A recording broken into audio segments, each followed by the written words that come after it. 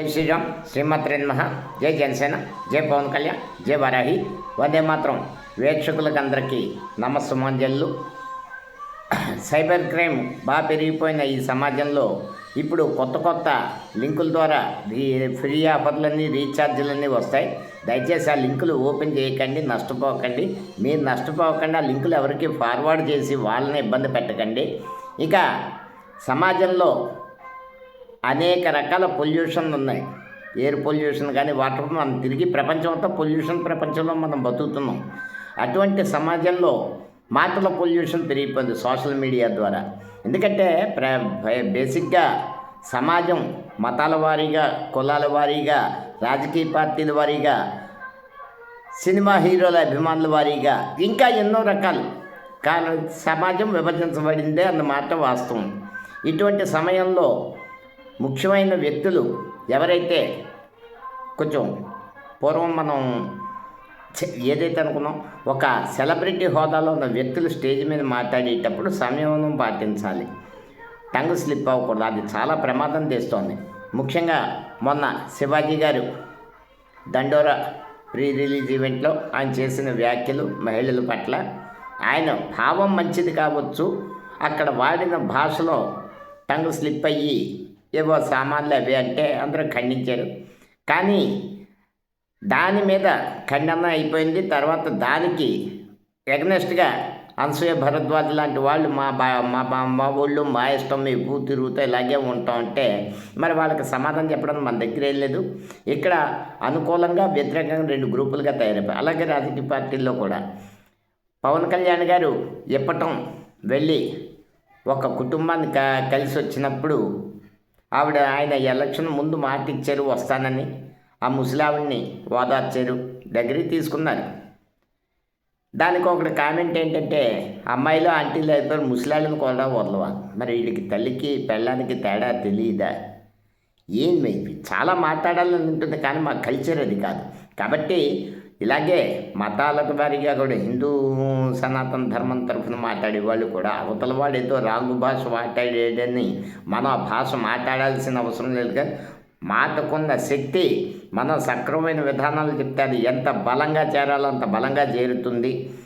అలాగే సమాజంలో ఏదేమైనా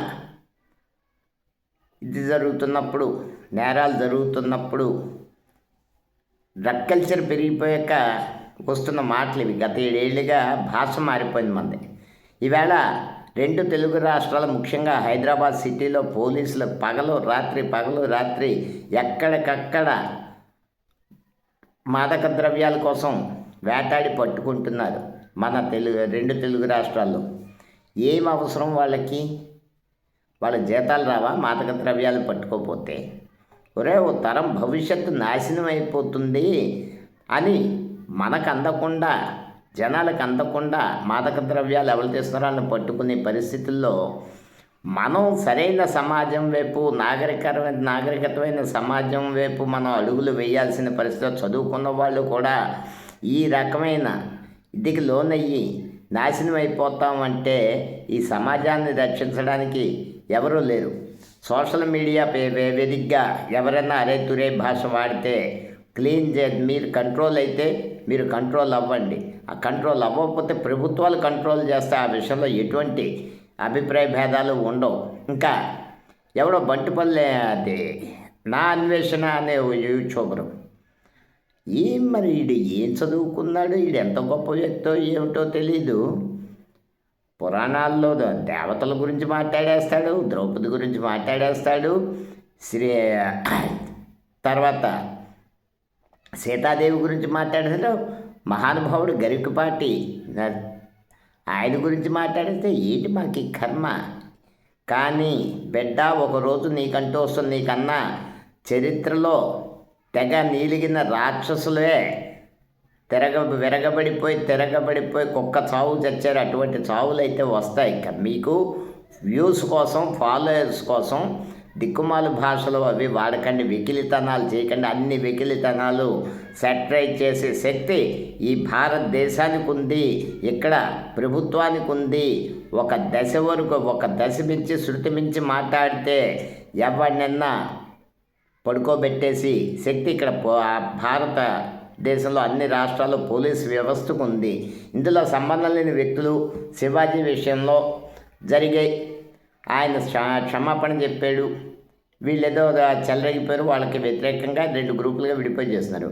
మధ్యలో మొన్న ఈ ఘటన అంతా అయిపోయాక నాగబాబు గారు దీని గురించి స్పందించడం అనవసరమైన విషయం. అది ఇక ఫెమినిస్టులు అది ఇది అని ఈ భావజాలాలు ఇక్కడ చెల్లవు.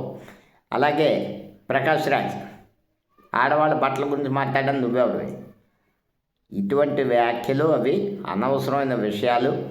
పద్ధతిగా ఉండాలి దేశంలో. ఎవరన్నా పెరుగుతున్న క్రైమ్ రేట్కి అయితే ఒకటి మాత్రం చెప్తున్నా, ఆడవాళ్ళు అర్ధనగ్నంగా తయారైతే మగవాళ్ళు రేప్ చేసేస్తారా అంటే చేసే హక్కు మగవాళ్ళకి లేదు. కానీ వాళ్ళు దానివల్ల నేరాలు జరుగుతాయంటే దానికే అంగీకరించదు. ఎందుకంటే ద్రోణాచార్యులు వారు పరీక్ష పెట్టారట దుర్యోధనుడికి ధర్మరాజుకి వెళ్ళి వాళ్ళందరూ మంచివాళ్ళలా కనిపించారట, దుర్యోధనుడికి అందరూ చెడ్డవాళ్ళగా కనిపించారట.